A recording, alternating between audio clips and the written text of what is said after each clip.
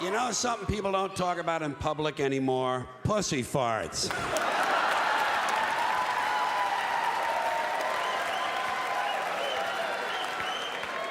Anyway, once again, for me, it is HBO time. This is, we're back at the Beacon Theater, by the way, for the third time in a row. And, thank you. And I do, as some of you know, this is the 12th show. I've been doing them since 1977. It usually takes me about two and a half years. And that means for the last couple of years, I've been out floating around, bouncing around the cities and the towns in this country, and the theaters and concert halls, you know, working on my stuff. Probably been in your hometown a couple of times since the last time I saw you. Hey, you know me, if they got a zip code, I'll fucking be there, okay? Hey. Busy as a dyke in a hardware store. Now, did you ever notice up on a barn, they got a weather vane up on a barn? By the way, I don't do transitional material. You probably picked that up right away, huh? That's right. Yeah, I just kind of go right into the next thing, and at this moment, we're on barns. But you never notice up there they got that weather vane, and usually it's a rooster or a cock. It's the same animal, really. You know, it's just a different name. You know why they got a cock on the weather vane? Because if they had a cunt, the wind would blow right through it.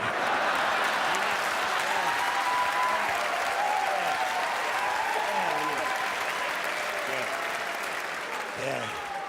Well, a lot of people don't know that. That's why I travel around so much.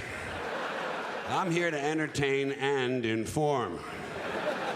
Reminds me of something my grandfather used to say to me, you know. He'd look at me and he'd say, I'm going upstairs and fuck your grandma.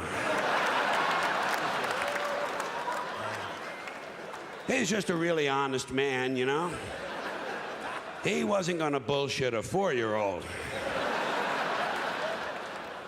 Now, folks, before we get too far along here tonight, there's something we got to talk about. Everybody knows what it is. It's in the air. It's in the city. And naturally, I'm talking about the events of September 11th and everything that's happened since that time. And the reason we have to talk about it is otherwise, it's like the elephant in the living room that nobody mentions, you know? I mean, yeah, there it is sitting on the fucking couch. Nobody says a word. It's like if you're at a formal garden party and you go over to the punch bowl and you notice that floating around there's a big turd. And nobody says a word about it, you know? Nobody says, lovely party, Jeffrey, but there's a turd in the punch bowl. So we got to talk about it, if nothing else, just to get it out of our way so we can have a little fun here tonight, because otherwise, the terrorists win. Don't you love that stuff? Yeah, that's our latest mindless cliche. Go out and buy some jewelry and a new car, otherwise the terrorists win. Yeah, I'll tell you.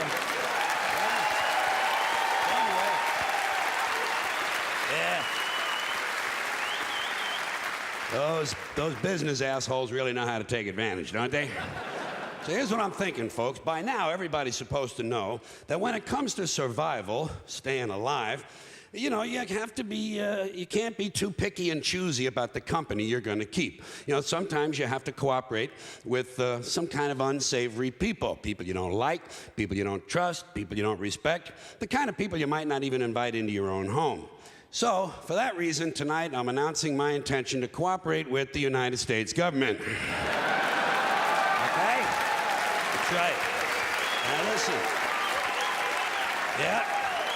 I'm even thinking of lending my support to Governor Bush.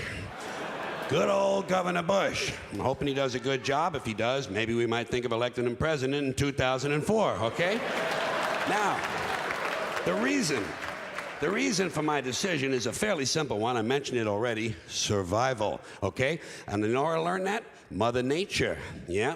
Always took my cue from nature. I realized some time ago that, I'm not separate from nature just because I have a primate brain, an upper brain. Because underneath the primate brain, there's a mammalian brain. And beneath the mammalian brain, there's a reptilian brain. And it's those two lower brains that made the upper brain possible in the first place. Here's the way it works. The primate brain says, give peace a chance. The mammalian brain says, give peace a chance, but first let's kill this motherfucker. And the reptilian brain says, let's just kill the motherfucker, go to the peace rally, and get laid.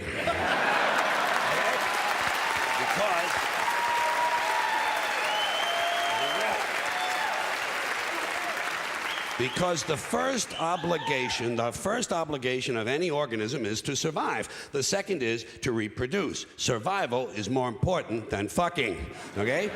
Pacifism is a nice idea, but it can get you killed. We're not there yet, folks. Evolution is slow. Smallpox is fast, all right? Now, the government has asked all of us to come up with suggestions and ideas that we might have for helping to fight terrorism. That'll give you an idea how much shit they have on the shelf, okay? Yeah. And like any good citizen, I'm ready with my suggestions. Now, first of all, overseas, in Afghanistan, I think you have to use the most powerful weapon you have. In this case, chemical warfare of a type never used before.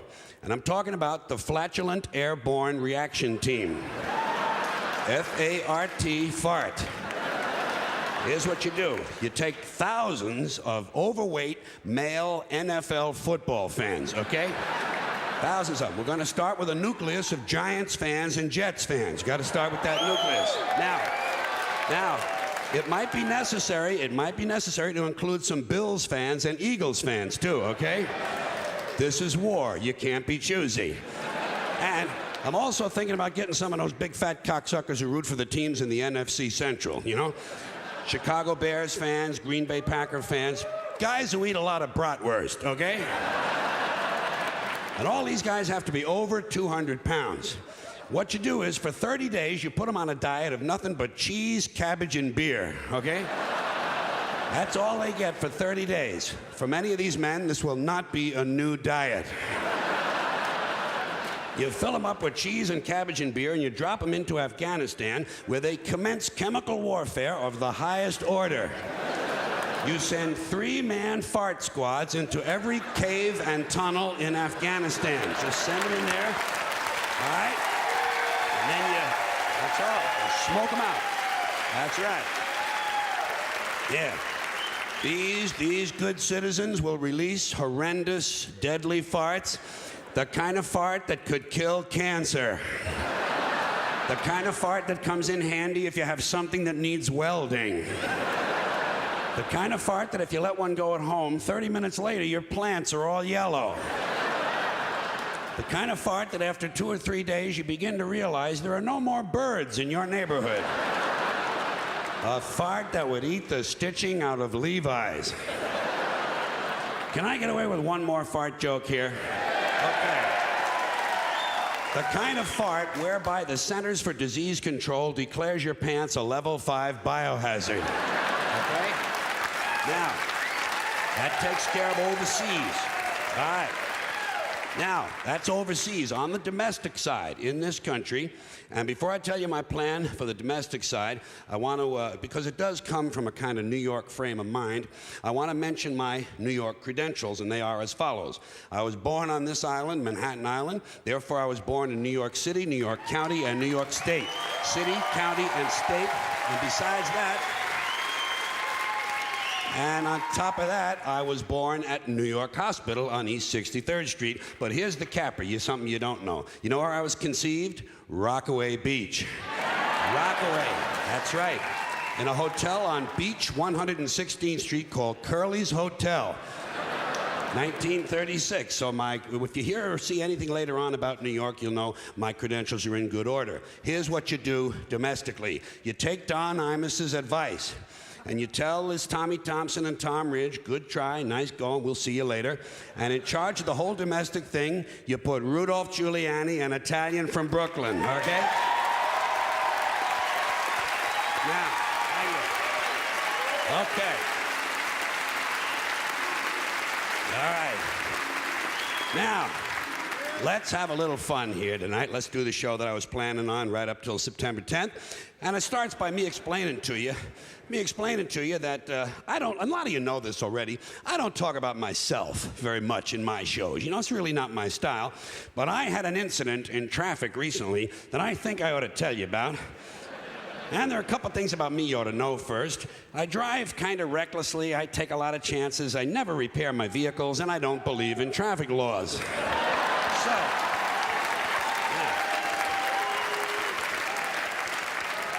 So I tend to have quite a high number of traffic accidents.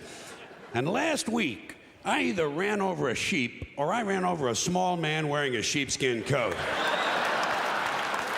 And I don't know because I didn't stop. I do not stop when I have a traffic accident. Do you? Huh? Do you? No, you can't. Hey, who has time? Not me. I hit somebody, I run somebody over. I keep moving. Especially if I've injured someone. I do not get involved in that. I'm not a doctor. I've had no medical training. I'm just another guy out driving around looking for a little fun, and I can't be stopping for everything. Well, let's just look at it logically. Let's be logical about it. If you do stop at the scene of the accident, all you do is add to the confusion. These people you ran over have enough troubles of their own without you stopping and making things worse. Leave these people alone. They've just been in a major traffic accident. The last thing they need is for you to stop and get out of your car and go over to the fire, because by now it is a fire, and start bothering them with a lot of stupid questions. Are you hurt? Well, of course they're hurt. Look at all the blood. You just ran over them with 1.5 tons of steel.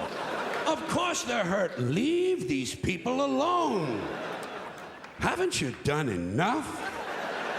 For once in your life, do the decent thing. Don't get involved. Well, in the first place, it's none of your business. None of your business. The whole thing took place outside of your car.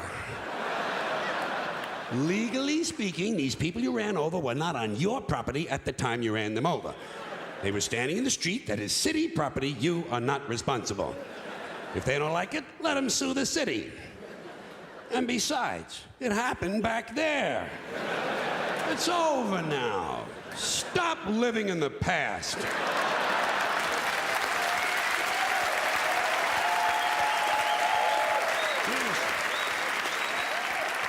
Do yourself a favor, count your blessings, be glad it wasn't you. And I'll give you a practical reason not to stop. You need a practical reason? If you do stop, sooner or later the police are going to show up. Is that what you want? Huh? Waste even more of your time standing around filling out forms, answering a lot of foolish questions, lying to the authorities? And by the way, who are you to be taking up the valuable time of the police department?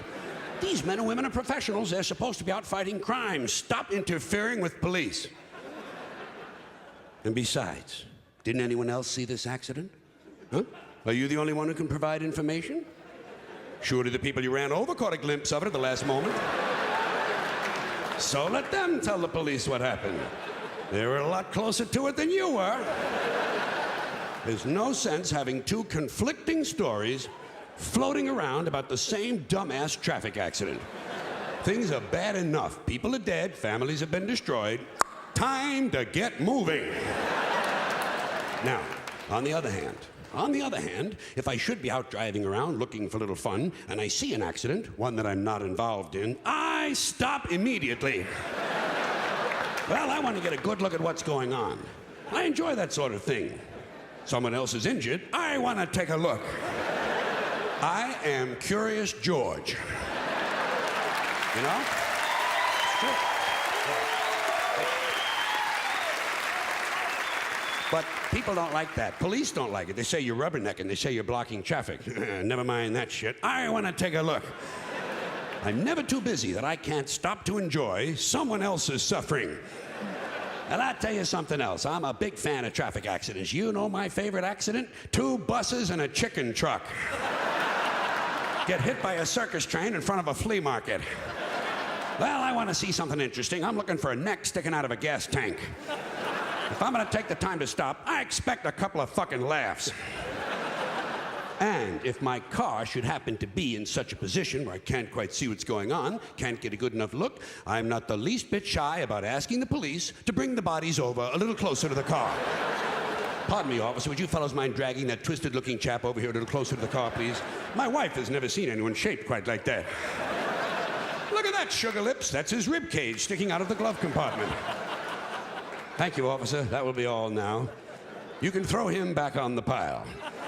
We'll be moving along, and off I go out onto the highway, looking for a little fun. Perhaps a tanker truck filled with human waste will explode in front of the Pokemon factory.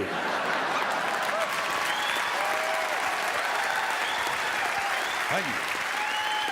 I appreciate that. Yeah. Reminds me of something a 3rd grade teacher said to us. She said, "You show me a tropical fruit, and I'll show you a cocksucker from Guatemala."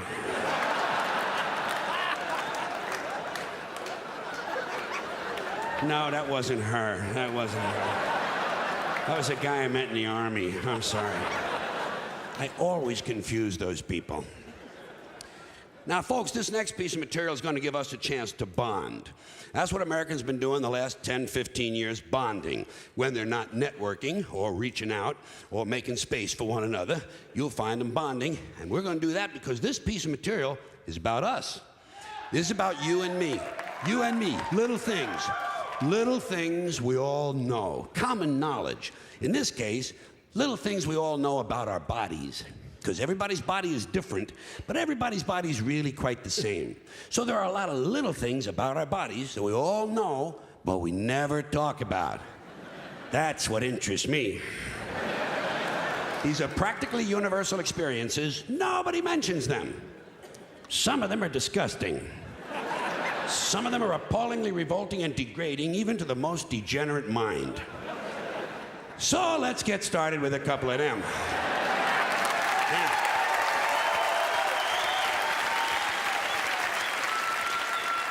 You ever get lip crud? You ever get that crud on your lip? It's kind of a sticky film, kind of a gooey coating. You know, and if it dries a little bit, it's kind of a cruddy, gummy, flaky, crusty shit kind of thing. Starts in the corner of your mouth, works its way on down your lip, and if it's really bad, the corners of your mouth look like parentheses. Did you ever have that? Yeah. Lip crud. When you want to get rid of it, it's a real simple operation, isn't it? It's low-tech shit. Thumbnail, that's all you need.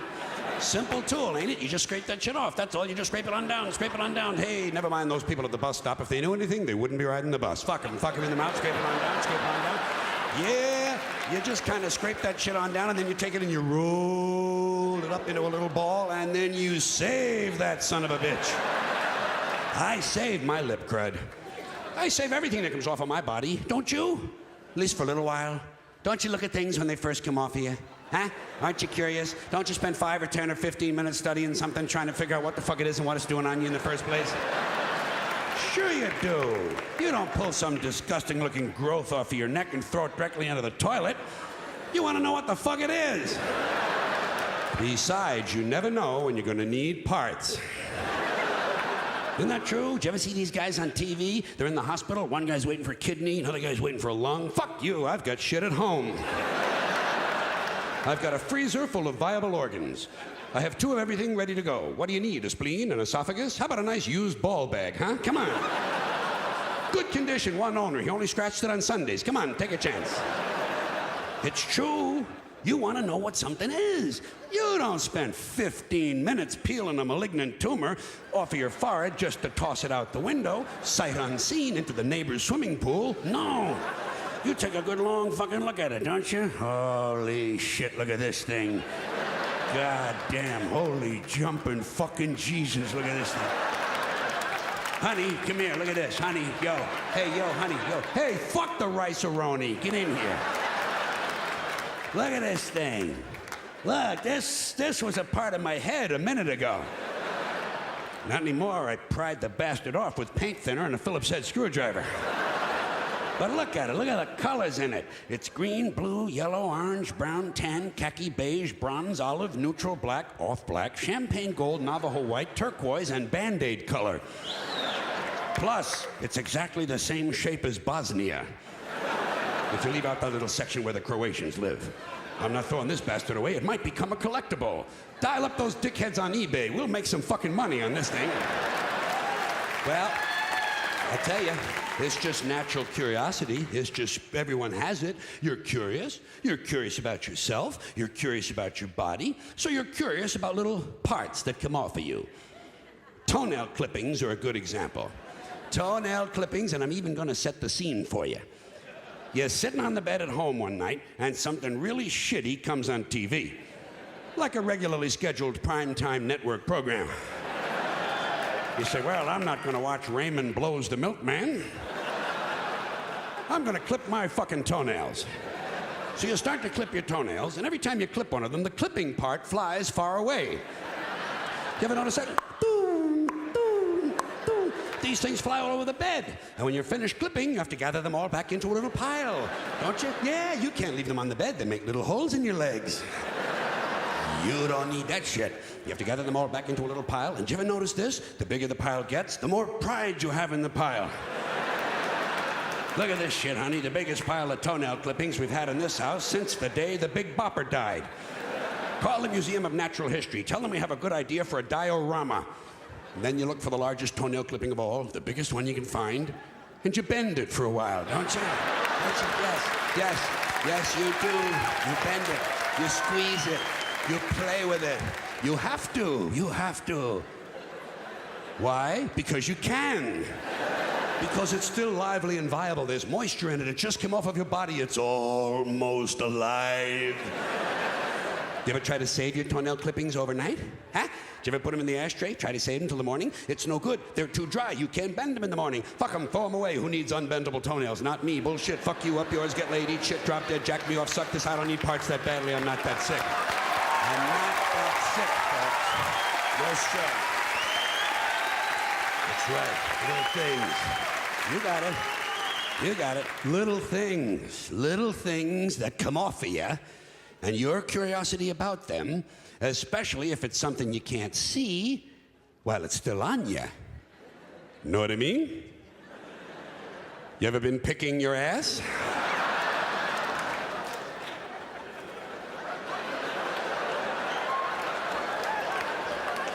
You know, just idly standing out in the driveway, picking your ass, and you come across an object.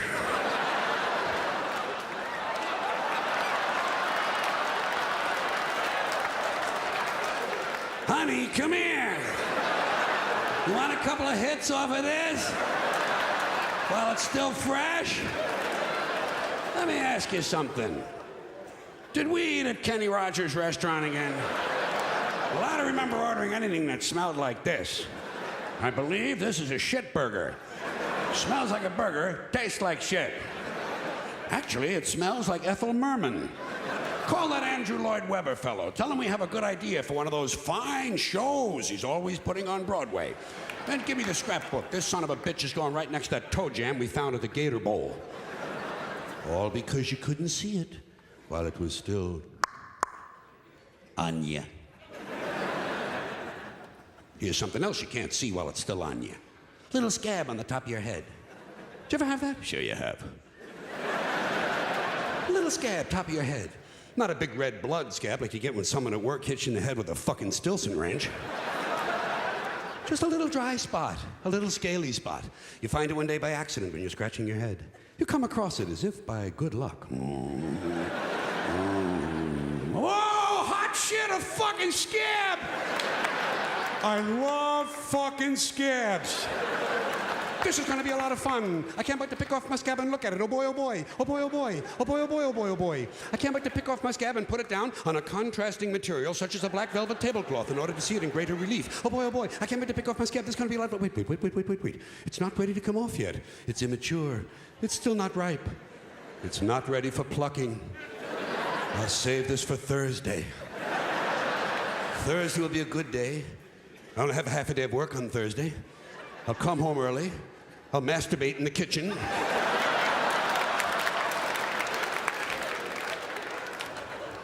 And then I'll watch the Montel Williams show. And then I'll pick off my scab. Oh boy, I can't wait to pick off my scab. This is going to be a lot of fun. So you wait, and you wait, and you wait, and you wait, and you wait. And you try not to knock it off by accident with a little plastic comb you bought in the vending machine at the Easy Living Motel with the two skanky-looking chicks who gave you the clap that night. And now Thursday arrives, and it's harvest time. Harvest time on your head. You come home early, you masturbate, but you do it in your sister's bedroom just to give it an extra thrill, you know what I mean? And then you watch the Montel Williams show. Pretty good topic, women who take it up the ass for 50 cents. Well, not the best show he's ever done, but you know something? Not bad either. Now it's time to go get this little bastard, but you want to go carefully. You want to pick the scab off evenly and carefully around the perimeter of the scab so that it lifts off all in one piece. You don't want it to break into pieces. Who needs a fragmented scab? Not me. Bullshit. Fuck you up yours. Get laid, eat shit, drop dead, jack me off, suck this. I don't need parts that badly. I'm not that sick. What you really want, what you really must have, what you really need is a complete whole scab you can put down, study, look at, make notes on, and perhaps write a series of penetrating articles for Scab Aficionado magazine. Who knows, you might rise to the top of the scab world in a big hurry. It's a small community and they need people at the top. I sense I've gone too far. So I'll quit while I'm ahead and I'll change the subject. This is something I probably told you before. I never fucked a 10. Never fucked a 10. But one night, I fucked 5 2s.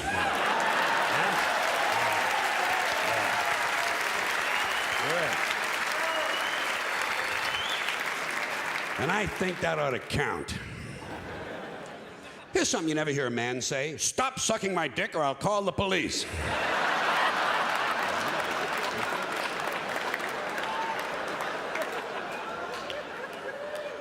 Now, something else a lot of you are aware of, those of you with illegal cable hookups will be aware of the fact that one of the things I like to do in my shows is complain. You know, it's kind of a motif for me, complaining. And of course, this weird culture we live in leaves you no shortage of things to complain about. So this next piece of material, like most good ideas, is fairly simple. It's just a list of people who ought to be killed.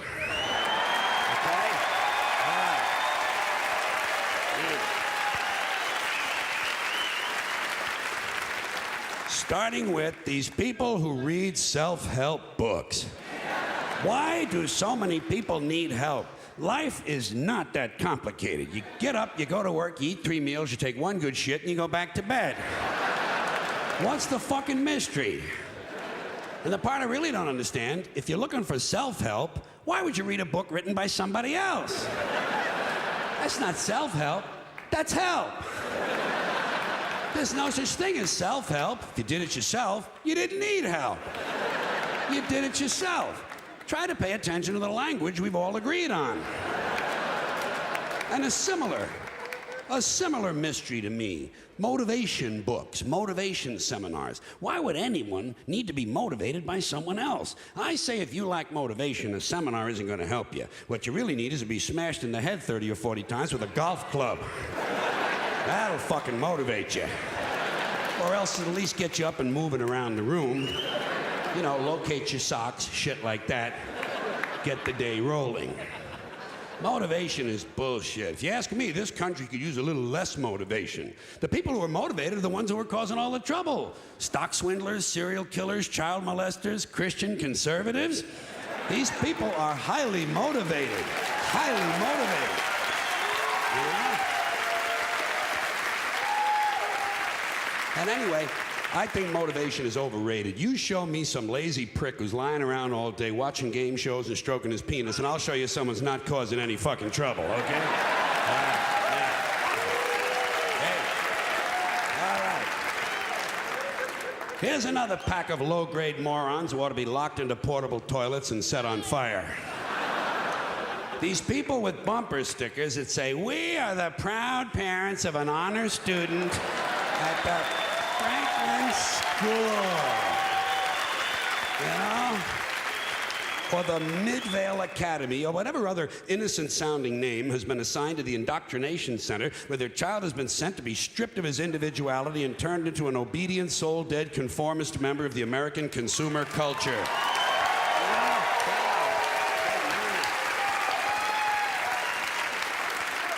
Proud parents. What kind of empty people need to validate themselves through the achievements of their children? How'd you like that to live with a couple of these misfits? How's that science project coming along, Justin? Fuck you, Dad. You simple-minded prick. Mind your own business and pass the Cheerios.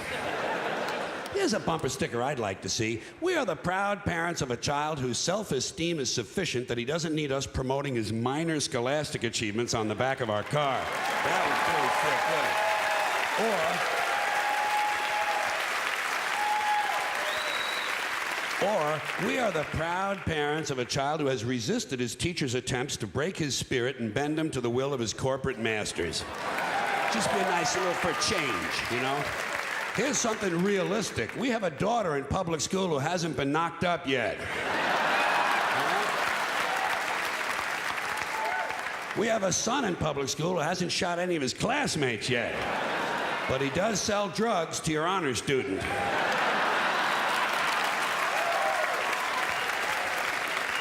Plus, he knocked up your daughter. Then there are the people who aren't too proud of their children. We are the embarrassed parents of a cross-eyed little nitwit who at the age of 10 not only continues to wet the bed, but also shits on the school bus. Something like that on the back of the car might give the child a little more incentive, you know? Get him to try a little harder next semester. Here are some more parents who ought to be beaten with heavy clubs and left bleeding in the moonlight. These are the ones who carry their babies around in these backpacks or front packs or slings or whatever these devices are called that are apparently designed to leave the parents' hands free to sort through high-end merchandise and reach for their platinum credit cards. Because it's always these upscale, yuppie-looking Greenpeace, environmentally conscious assholes who have mine, you know?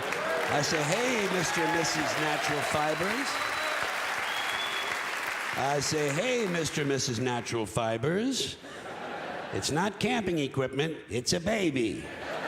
Touch the little prick now and then. He'll thank you for it someday." These are the same people who sort their garbage, jog with their dogs, and listen to Steely Dan. You know? You just like to take them out deep into the forest and disembowel them with a wooden cooking spoon. Here are some more people who ought to be smashed across the face repeatedly with a piece of heavy mining equipment. These grown men who refer to their fathers as "my daddy." You know? Yeah. Gee, you hear a lot of this stupid shit in the South. These rebel assholes, you know? "My daddy, yeah, my daddy." Well, you know what my daddy used to say? My daddy used to say, blah, blah, blah, blah, blah, blah, blah, blah, blah, blah, blah, blah, blah. Oh, he did? Did he? Well, wasn't that fucking enlightening? My daddy used to say, "Fuck your daddy." Fuck your daddy. In his wrinkled, rustic, rural, country asshole. Grow up, Billy Joe, Carl, Bob, Danny, Frank. You're not 6 anymore. More like 9.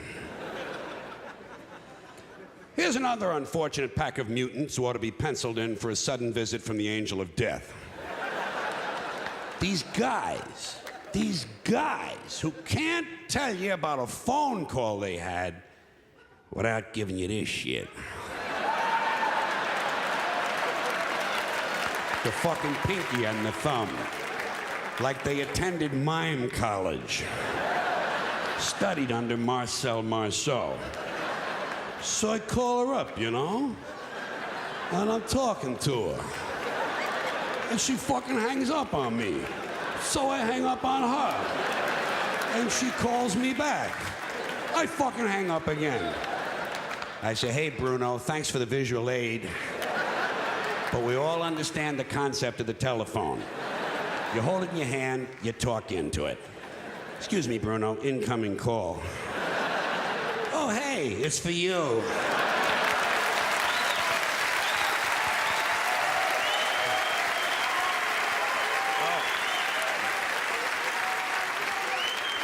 Here's another bunch of puss-headed telephone cretins.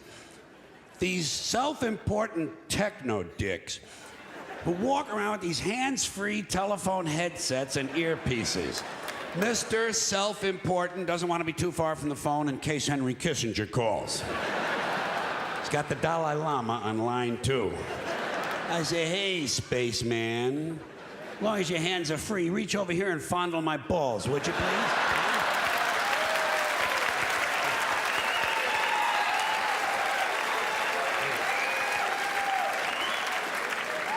And answering machines.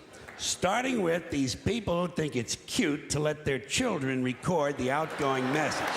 You know? And you can't understand a word of it because the kid's a fucking imbecile. Hi, my name is Stacy. I'm 5 years old. My mommy and daddy aren't home.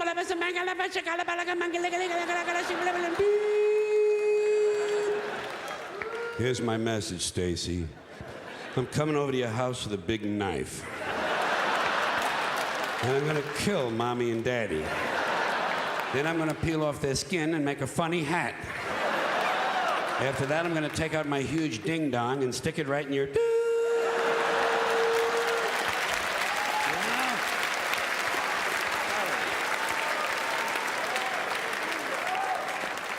These are the same parents who at Christmas time send you pictures of their children. Pictures you didn't ask for and you don't want. But it is fun throwing the pictures away, isn't it? I don't even look at the fucking Christmas card. Who is this? Luann is 12 this year. Fuck Luann.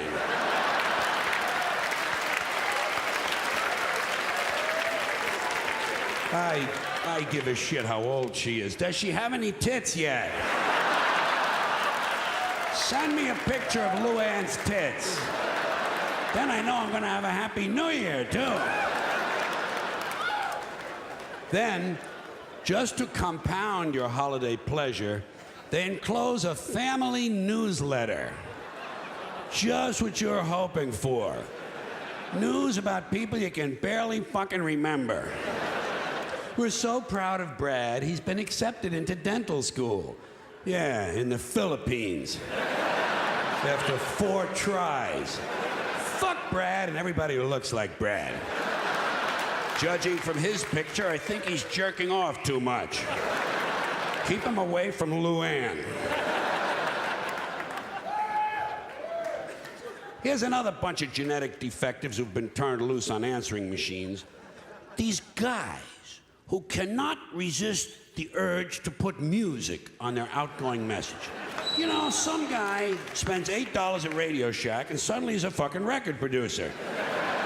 And because he's busy in the basement jacking off his dog, I have to listen to substandard music. And it's always rotten music, you know? It's either new age, that pointless, meandering zombie noise played by pseudo-spiritual lunatics who think wind chimes are a musical instrument.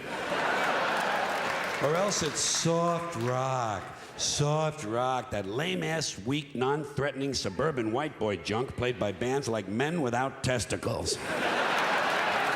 Oh, and folks, on these answering machines, do me a favor, would you please? When you record your outgoing message, don't bother telling me you can't come to the phone. I understand that. Apparently, that's why we have these machines. And don't tell me to leave my name and number. Somehow, I figured that out. And if you work in an office, never mind that stuff, I'm away from my desk. If you had to take a shit, say so. Just say, hi, this is Mary Louise. I had the Mexican jalapeno bean chili dip, and I washed it down with a gallon of gin.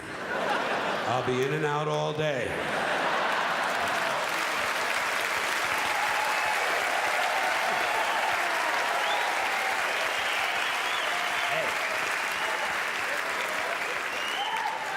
There are some more people who ought to be strapped into chairs and beaten with hammers.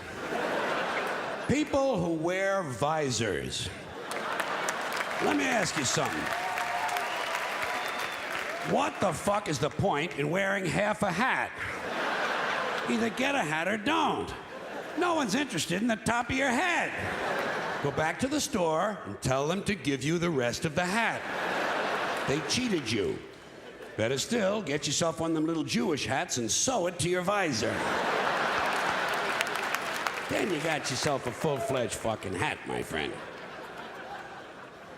Here are some more musical vermin whose mothers we wish had had medical plans that included abortion. These singers who think they're so special, they only need one name. Bono, Sting, Jewel, Tiffany, Prince. What a crock of shit. Get a fucking last name, would you please? I got a nice two-word name for you. Pretentious cocksucker. How do you like that? Bono, Sting. It's not bad enough the music sucks, but with no last name, you can't find out where they live to throw a fucking bomb through their window. It's frustrating. Here are some more people who deserve an inoperable tumor at the base of their spines. These guys who fly around the world in a fucking balloon. You know?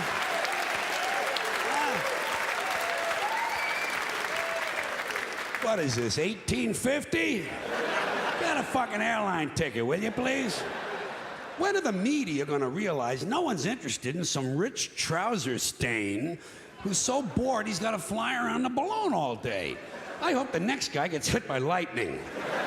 It flies around in little fart circles.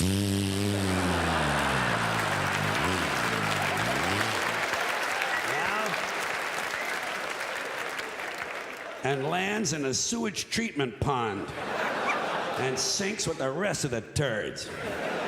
Mr. Lighter Than Air.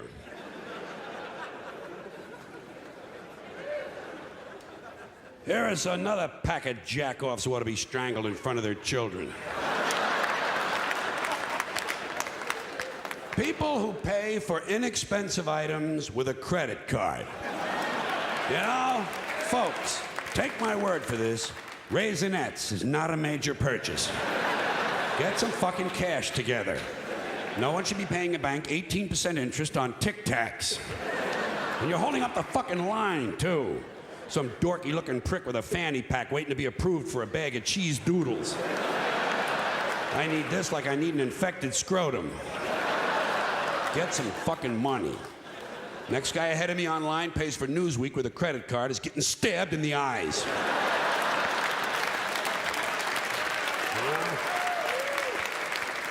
And I'm getting really sick of guys named Todd. You know, yeah, it's just a goofy fucking name, okay? Hi, what's your name? Todd. I'm Todd. And this is Blake and Blair and Blaine and Brent. Where are all these goofy fucking boys' names coming from? Taylor, Tyler, Jordan, Flynn. These are not real names. You want to hear a real name? Eddie. Eddie is a real name. Whatever happened to Eddie? He was here a minute ago. Joey and Jackie and Johnny and Phil, Bobby and Tommy and Danny and Bill. What happened? Todd and Cody and Dylan and Cameron and Tucker. Hi, Tucker. I'm Todd. Hi, Todd. I'm Tucker. Fuck Tucker. Tucker sucks. And fuck Tucker's friend, Kyle. Yeah. There's another soft name for a boy, Kyle. Soft names make soft people. I'll bet you anything that 10 times out of 10, Nicky, Vinny, and Tony will beat the shit out of Todd, Kyle, and Tucker.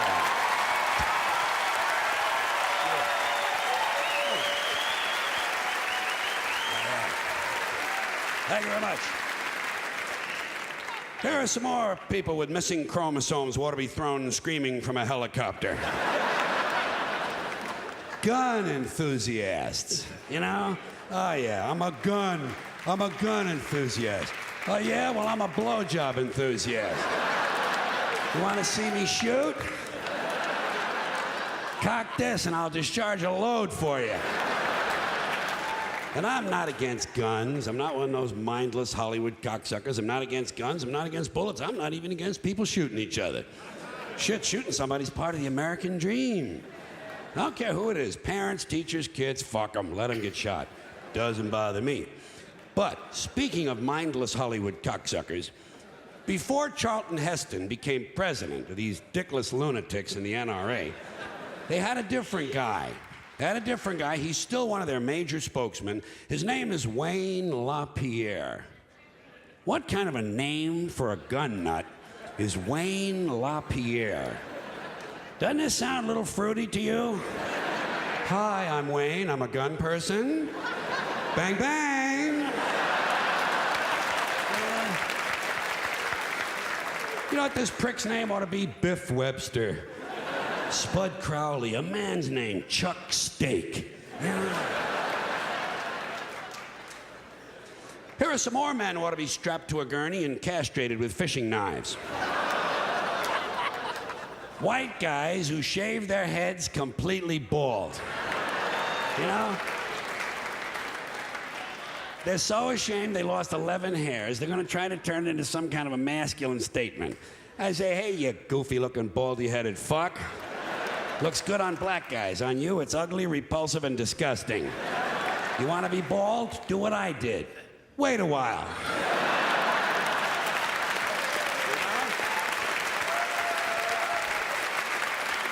Yeah. Meantime, there's no excuse for running around looking like a freshly circumcised dick. And just to wind up this little group of complaints, finally, this is a group of social criminals. These people in the space program. Nassholes, I call them. In case you haven't heard, the latest disaster for the rest of the universe is that the United States is gonna go to Mars, okay? Oh, yeah. We're gonna go to Mars. And then, of course, we're going to colonize deep space with our microwave hot dogs and plastic vomit, fake dog shit and cinnamon dental floss and lemon-scented toilet paper and sneakers with lights in the heels. And all these other impressive things we've done down here. But let me ask you this. What are we going to tell the Intergalactic Council of Ministers the first time one of our teenage mothers throws her newborn baby into a dumpster, huh? How are we going to explain that to the space people? How are we going to let them know that our ambassador was only late for the meeting because his breakfast was cold and he had to spend half an hour punching his wife around the kitchen? Now, what are they going to think when they find out it's just a local custom that over 80 million women in the third world have had their clitorises forcibly removed in order to reduce their sexual pleasure so they won't cheat on their husbands? Can't you just sense how eager the rest of the universe is for us to show up? Can't you see them out there? Thank you. Now, folks, here's something else I got a problem with. The 10 Commandments. Here's my problem. Why are there 10? You don't need 10. I think the list of commandments was deliberately and artificially inflated to get it up to 10. It's a padded list. Here's what they did. About 5,000 years ago, a bunch of religious and political hustlers got together to try to figure out how to control people, how to keep them in line. They knew people were basically stupid and would believe anything they were told, so they announced that God had given them some commandments. Up on a mountain, when no one was around, God had given them the 10 Commandments. But let me ask you this. When they were sitting around making this shit up, why did they pick 10? Why 10? Why not 9 or 11? I'll tell you why. Because 10 sounds official. 10 sounds important. They knew if it was 11, people wouldn't take it seriously. So what, are you kidding me? The 11 Commandments? Get the fuck out of here. But 10 sounds important. 10 is the basis for the decimal system. It's a decade. It's a psychologically satisfying number. The top 10, the 10 most wanted, the 10 best dressed. So having 10 commandments was really a marketing decision. And to me, it's clearly a bullshit list. It's a political document artificially inflated to sell better. I'm going to show you how you could reduce the number of commandments and come up with a list that's a little more workable and logical. We're going to start with the first three, and I'll use the Roman Catholic version because those are the ones I was taught as a little boy. I am the Lord thy God. Thou shalt not have strange gods before me. Thou shalt not take the name of the Lord thy God in vain. Thou shalt keep holy the Sabbath.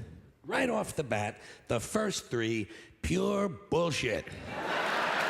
Sabbath day, Lord's name, strange gods. Spooky language. Spooky language. Designed to scare and control primitive people. In no way does superstitious nonsense like this apply to the lives of intelligent, civilized humans in the 21st century. You throw out the first three commandments, you're down to 7. Next, honor thy father and mother.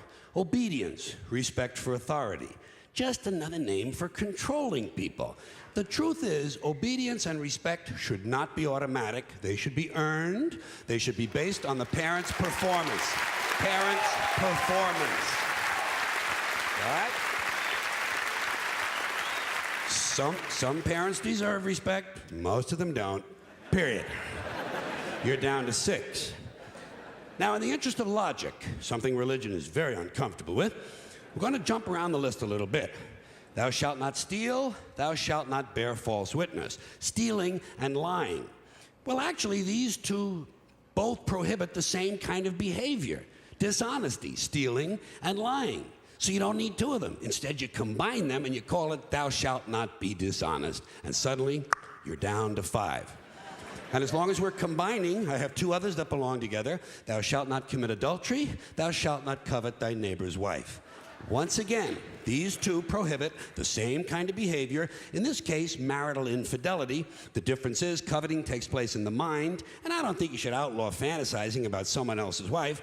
Otherwise, what's a guy going to think about when he's waxing his carrot? But marital fidelity is a good idea, so we're going to keep the idea and call this one, thou shalt not be unfaithful. And suddenly, we're down to 4. But when you think about it, honesty and fidelity are really part of the same overall value. So in truth, you could combine the 2 honesty commandments with the 2 fidelity commandments and give them simpler language, positive language instead of negative, and call the whole thing, thou shalt always be honest and faithful, and we're down to 3. Thou shalt, they're going away fast. Thou shalt not covet thy neighbor's goods. This one is just plain fucking stupid. Coveting your neighbor's goods is what keeps the economy going. All right? Your neighbor gets a vibrator that plays "O Come All Ye Faithful." You want to get one too.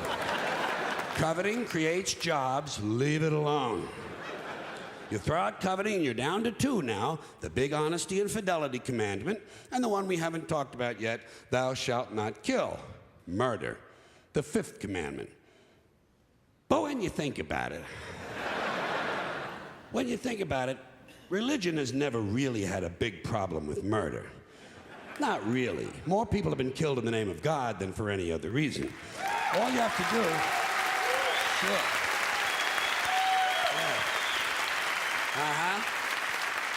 All you have to do is look at Northern Ireland, the Middle East, Kashmir, the Inquisition, the Crusades, and the World Trade Center to see how seriously the religious folks take thou shalt not kill. The more devout they are, the more they see murder as being negotiable. It's negotiable. You know? It depends. It depends. It depends on who's doing the killing and who's getting killed. So, with all of this in mind, I leave you with my revised list of the 2 commandments.